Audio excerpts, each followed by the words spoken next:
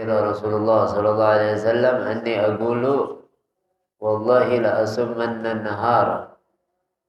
Alhamdulillah, sama kita muliakan pimpinan Yayasan Al-Khairiyah Bapak Haji Abdullah, Ustazah Hajah Aziza, Ustazah Khadijah Ahmad. Doakan panjang umur, sehat afiat, jauhkan dari segala penyakit zahiran wa batinan. Amin amin ya rabbal alamin. Segenap jamaah salat subuh, ibu-ibu, anak-anak Yayasan Al-Khairiyah yang dimuliakan oleh Allah Subhanahu wa taala. Alhamdulillah, kita bersyukur pada Allah Subhanahu wa taala yang telah memberikan kita karunia nikmat sehat afiat, nikmat panjang umur, nikmat taufik hidayah, yang semoga Allah Subhanahu wa taala senantiasa memberikan karunia-karunia tersebut kepada kita agar kita menjadi orang-orang yang bertakwa kepada Allah Subhanahu wa taala. Amin amin ya rabbal alamin. Selawat beserta salam kita aturkan kepada junjungan kita Nabi besar Muhammad sallallahu alaihi wasallam yang telah menuntun kita umatnya minadz zulumati ila nur, minal akhlaqil fasidah ilal akhlaqil karimah. Hadirin hadirat yang dimuliakan oleh Allah Subhanahu wa taala, kita lanjutkan kajian kita yang lalu, yaitu tentang puasa sunnah. Kemarin kita bahas sedikit tentang puasanya Nabi Daud. Masih terkait dengan puasanya Nabi Daud. Nabi pernah diberitahu bahwasanya seseorang datang pada Nabi mengatakan, saya sanggup puasa sepanjang siang setiap hari.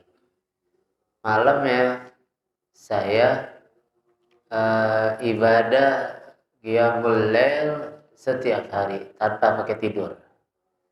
Malamnya nggak pakai tidur,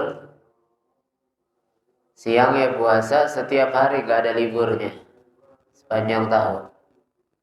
Ini orang merasa dirinya kuat, hebat. Akhirnya Nabi SAW fa'innaka la tastati' dhalika fasum wa aftir wa nam wa gum wasum minasyahri thalatha ayyam fa'innal hasada bi'ashri amsalihha wa dhalika mithlu siyami dahr. Kata Nabi, kamu gak akan sanggup melaksanakan hal yang demikian, kamu tidak akan sanggup. Maka puasa, besoknya nggak puasa. Puasa lagi, besoknya nggak puasa.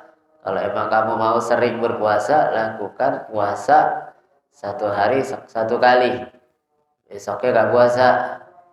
Terus kalau emang kamu gemar sama qiyamul lail, tidur. Habis itu malamnya bangun tahajud. Jangan begadang semalam suntuk, tidur walaupun berapa saat, 1 atau 2 jam. Kalau emang nggak bisa tidur malam atau nggak mau tidur malam, hanya ingin ibadah, tidur walaupun 1 jam atau setengah jam atau 2 jam. Terus atau kalau nggak mau begitu, lebih bagus kamu puasa setiap bulannya 3 hari. Dari setiap bulan yang kamu temui, puasa 3 hari.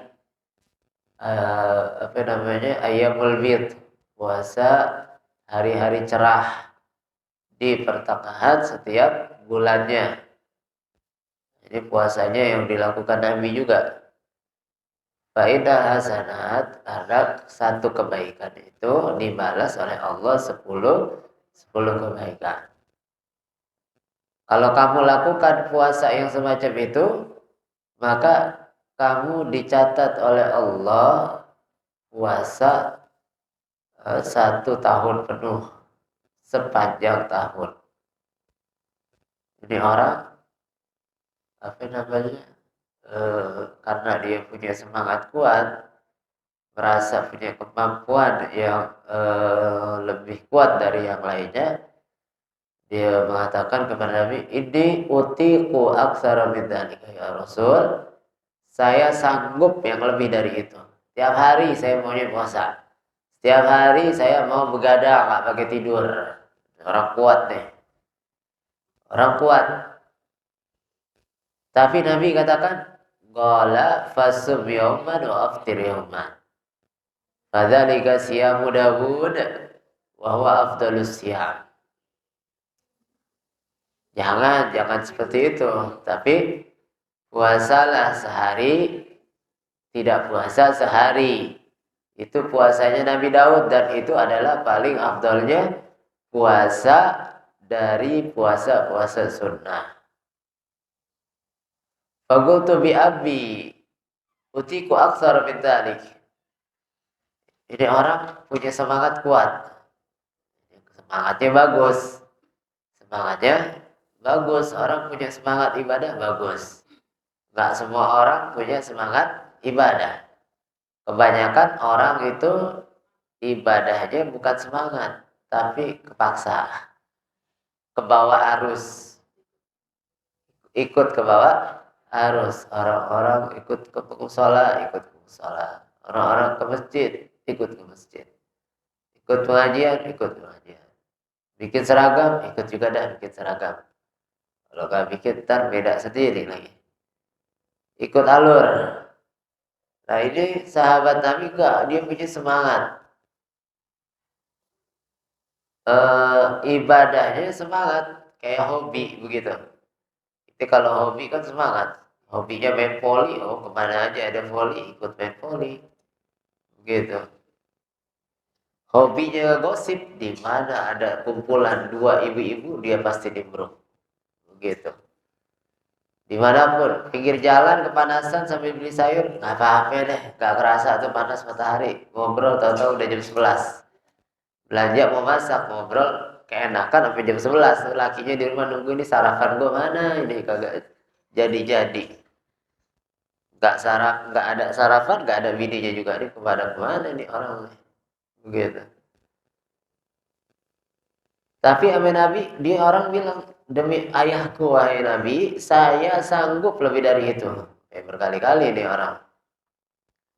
Kata Nabi, qala Nabi SAW, la afdal. Itu enggak afdal. Itu tidak afdal, enggak bagus. Jangan. Tidak afdal. Karena tuh, apa namanya, sebutin enggak sih? Karena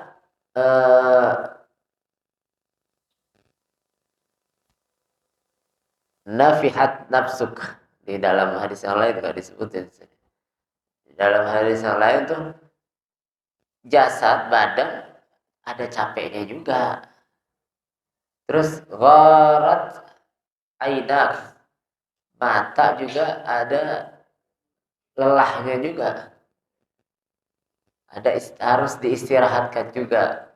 Harus ada istirahatnya tuh mata. Harus ada istirahatnya juga itu badan. Jangan kemana aja disamperin, kemana aja diikutin. Ada istirahatnya juga. Begitu. Semangat bagus. Begitu, tapi ada istirahatnya juga. Punya hak untuk istirahat.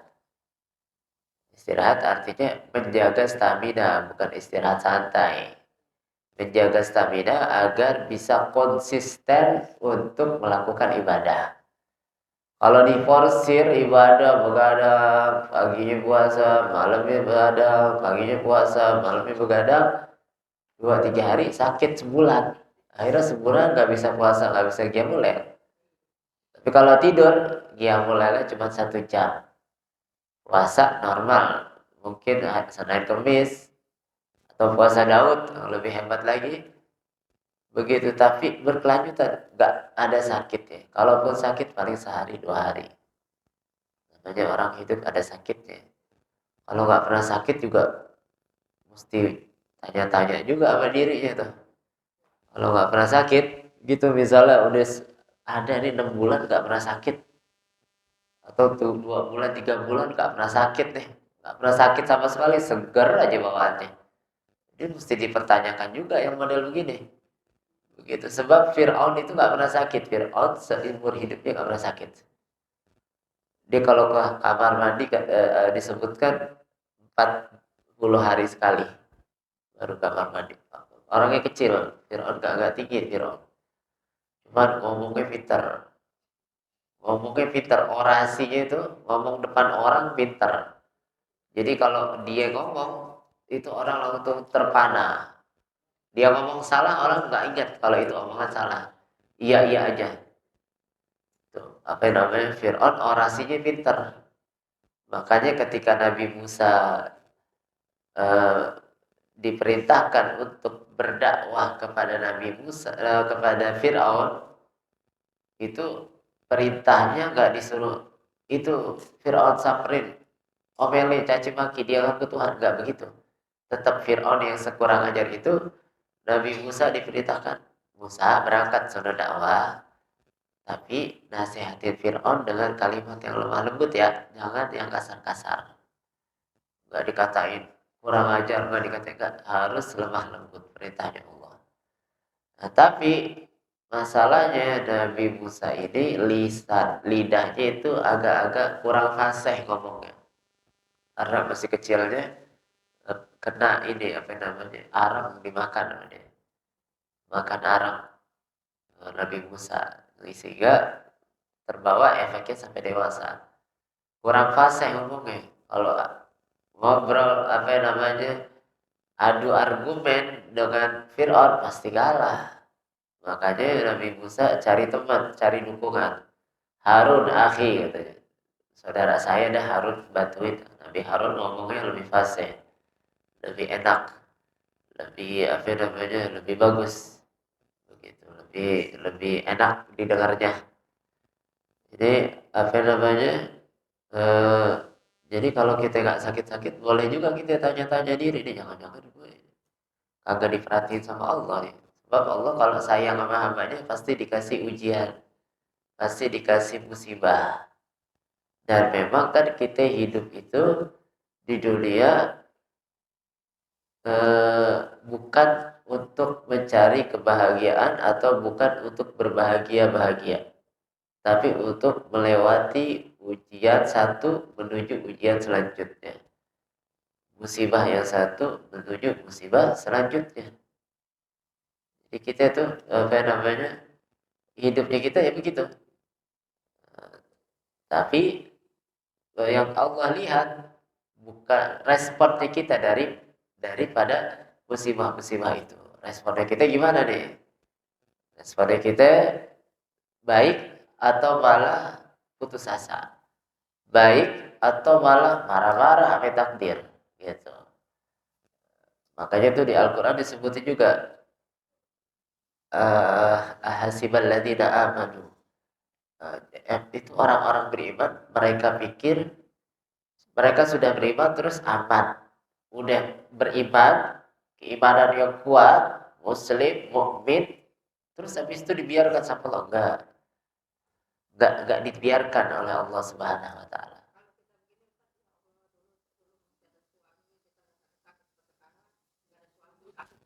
Disayang berarti sekarang. Kalau dulu yang sayang suaminya, sekarang yang sayang Allah.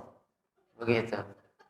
Yang sayang Allah lebih canggih lagi berarti kalau yang disayang sama Allah Subhanahu wa taala. Begitu. Buktinya apa? Orang banyak masalah, orang banyak ujian adalah orang yang dicintain Allah. Kan kita harus ada buktinya dong. Gak bisa sembarang ngomong kan gitu. Buktinya kita lihat sekarang kehidupan siapa yang paling eh, tidak enak, yang paling banyak masalah, yang paling banyak ujian. Kalau kita perhatikan semua ujian, raja-raja ada ujiannya, raja-raja nikmat semuanya. Dayang-dayang banyak makanan, duduk depan udah buah-buahan, duduk dikipasin, belum ada AC waktu itu. Kalau ada AC udah kiri kanan AC semua tuh raja-raja zaman dulu. Yang paling berat kehidupannya adalah kalau kita perhatikan adalah para nabi. Para nabi udah paling beratnya orang yang kena musibah. Padahal seharusnya mereka itu kan utusan-utusannya Allah. Pesuruhnya Allah nih. Harusnya dia orang terdekatnya Allah dan dia seharusnya mereka ini, beliau-beliau ini seharusnya adalah orang yang disayang, dicintai. Nah, kita kan tahunya orang kalau disayang, dicintai pasti hidupnya nikmat. Buktinya enggak. Nabi Adam, dari Nabi Adam deh. Oh, lagi enak-enak di sorga, keluar dari sorga.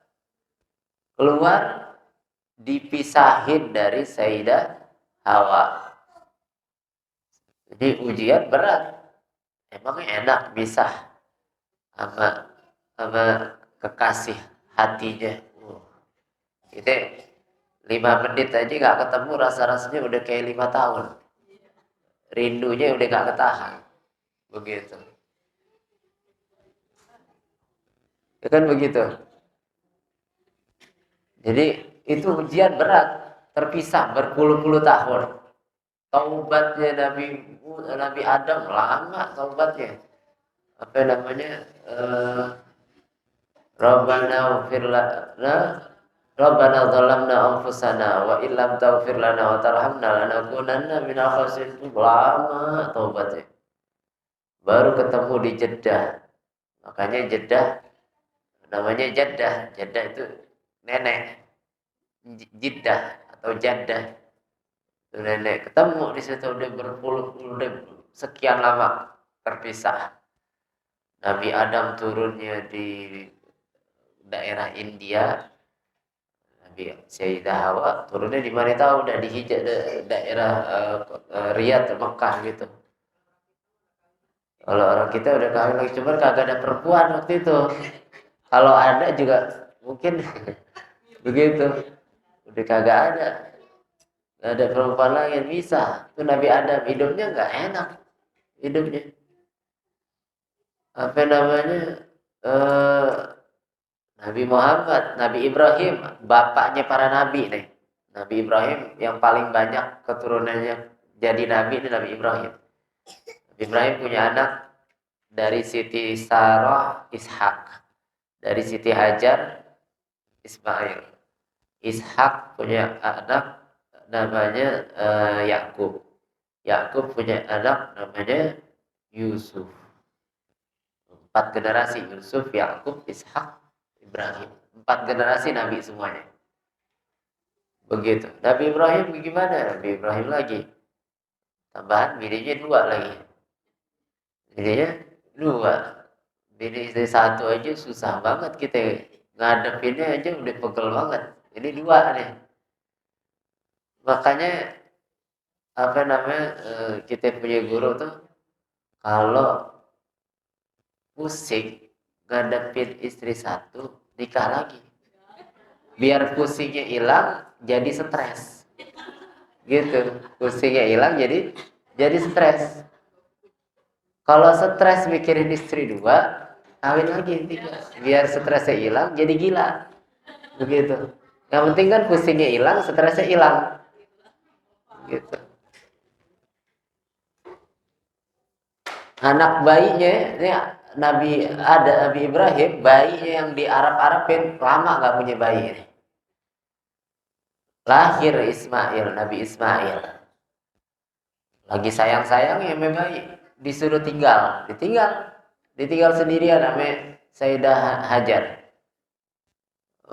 Apa namanya, nggak disisain makanan, nggak disisain bekal, ditinggal. Gedean dikit, disuruh disembelih, begitu. Nah, kita punya laki tiba-tiba saya ngimpi nih ketemu Tuhan mau suruh sembelih anak kita ya. Tuh ini apa aja dikata. Laki gue udah gila deh. Gara-gara gak dapet THR udah gila dia deh. Apa namanya? Anaknya mau disembelih. Ini ujian berat. Kalau kita dengar ceritanya begini tanpa kita merasakan kita ada di posisi itu biasa-biasa aja. Tapi coba bayangkan kita berada di posisi Siti Hajar, gimana yang tinggal lakinya nggak ada makanan, pusing, anak nangis, begitu. Baru gede dikit anak kesayangan disuruh disembelih, tuh lihat pak, palanya miring.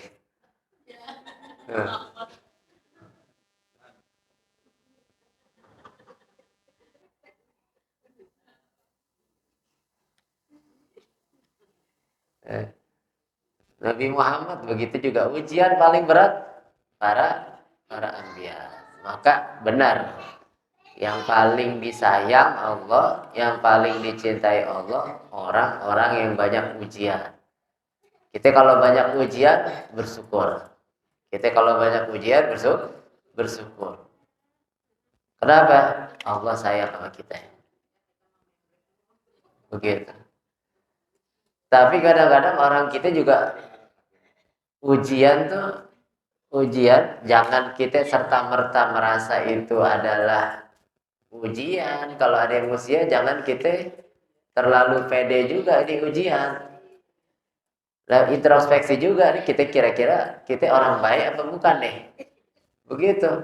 Lah sholat kagak, ngaji enggak, zakat bayar kagak, pergi haji boro-boro, sedekah enggak. Terus kena ujian, kena musibah bilangnya ujian. Gimana mau dibilang ujian? Sekolah kagak mau ikut ujian kan nggak mungkin. Begitu. Kecuali dia ahli sholat, ahli puasa, ahli sodako, terus kena musibah. Nah, ini ujian, pantas dia ngaku itu ujian. Kalau sholat kagak, puasa kagak, sodako kagak, bukan ujian itu mah. Bukan, bukan ujian, itu bencana. Gitu. Namanya bencana. Teguran, bukan ujian, itu mah ditegor. Bagus gak langsung matiin sama Allah Subhanahu wa Ta'ala. Jadi begitu. Apa namanya, badan juga ada letihnya, mata ada harus istirahatnya. Kalau nggak diistirahatkan nanti bakal membahayakan, dan nggak boleh membahayakan diri, itu nggak boleh. La doror wala diror, nggak boleh membahayakan diri sendiri, nggak boleh membahayakan diri orang lain.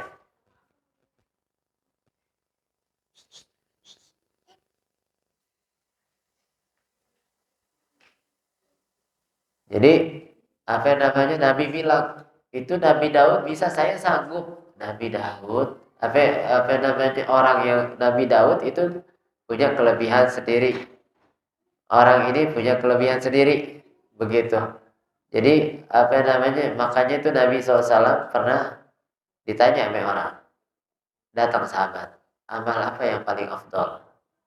Amal apa yang paling afdol? Terus Nabi bilang, yang paling afdol adalah sholat di awal waktu. Ini yang paling afdol. Terus ditanya lagi sama orang lain, di lain waktu, bukan orang waktu yang sama. Ada orang lain lagi datang ke Nabi. Nabi, amal yang paling afdol apa? Nabi jawabnya, birrul walidain, bakti sama orang tua. Di lain waktu ada orang lain lagi datang nanya sama Nabi, amalan apa yang paling afdol? Nabi jawabnya, jihad fisabilillah. Jihad di jalan Allah. Sehingga orang-orang yang ada di sekeliling Nabi bingung, lah Nabi gimana ini? Ditanya sama orang ini bilangnya sholat di awal waktu. Yang ini apa namanya, jawabannya bakti sama orang tua. Orang lain lagi nanya, jihad di jalan Allah. Maka hal yang demikian ini Nabi menjawab kepada masing-masing orang sesuai dengan kadar orang tersebut, keadaan orang tersebut. Orangnya memang yang pantas buat dia adalah sholat di awal waktu, sebab dia mungkin sholatnya suka telat. Maka Nabi bilang, sholat yang awal waktu paling afdal buat kamu, sholat di awal waktu yang paling pantas. Bukan sodako, kamu udah ahli sodako. Cuma sholatnya kamu aja yang telat terus, begitu. Sholat maghribnya jam 7 lewat 5. Assalamualaikum, assalamualaikum, adzan isya. Begitu. Jadi makanya dia diperintahkan masing-masing. Setiap orang beda-beda. Jadi Nabi juga perintahkan, Sayyidah Aisyah bilang, amarona Nabi SAW an-nunzilan nas manazilahum. Nabi ajarin kita kalau ngomong sama orang, ngomong dengan bahasanya yang sesuai dengan kapasitas orang yang kita ajak ngobrol. Begitu. Kita ngomong sama orang sesuai sama kapasitasnya.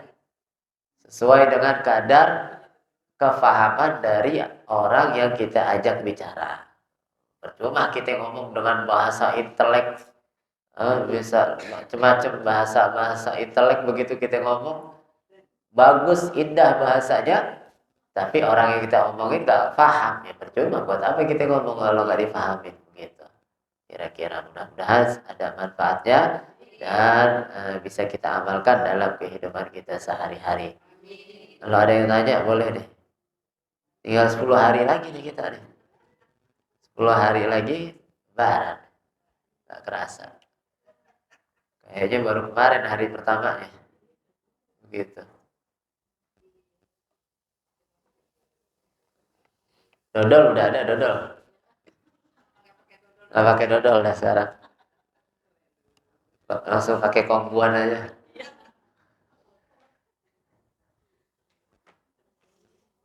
Ya mudah-mudahan di detik-detik terakhir bulan Ramadan ini Allah Subhanahu wa taala tambahkan lagi semangat kita untuk ibadah, tambahkan lagi semangat kita untuk mendekatkan diri kepada Allah Subhanahu wa taala. Amin amin ya rabbal alamin. Ala hadhihi niyah wa ala kulli niyyah salihah wa ila hadratin nabi al-fatihah.